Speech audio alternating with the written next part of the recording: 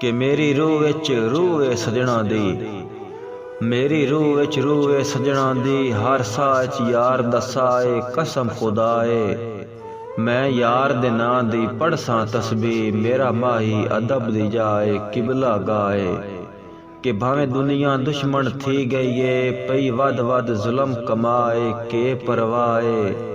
मैं राह साईं ला के जान दी बाजी, कर देसा फर्ज अदाए कोई अजमाए।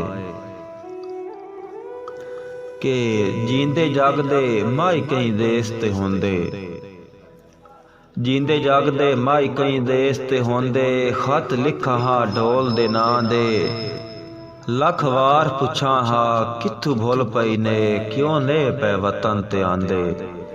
ते उस मुल्क दा वासी वंज बणिया ऐ, जिथे लगे न वस दुखियां दे। पहली ईद दे राह साईं बाज उनां दे, किथे लुक गए बुत सजना दे। दे अजल कोलू मेरी फितरत दी, दे अजल कोलू मेरी फितरत दी। कीती खालिक इंज तजवीज़ सारी उमरा सजदा गाह पई समझी, असां दिल भर दी दहलीज़। उन्हां दे असम शरीफ को जां जां जाता, असां विरद अते तावीज़। उन्हां तां समझा राह साईनो, हर चीज़ तू सस्ती चीज़। के साडे हिजर जदोका पेश पिया, साडे हिजर जदोका पेश पिया।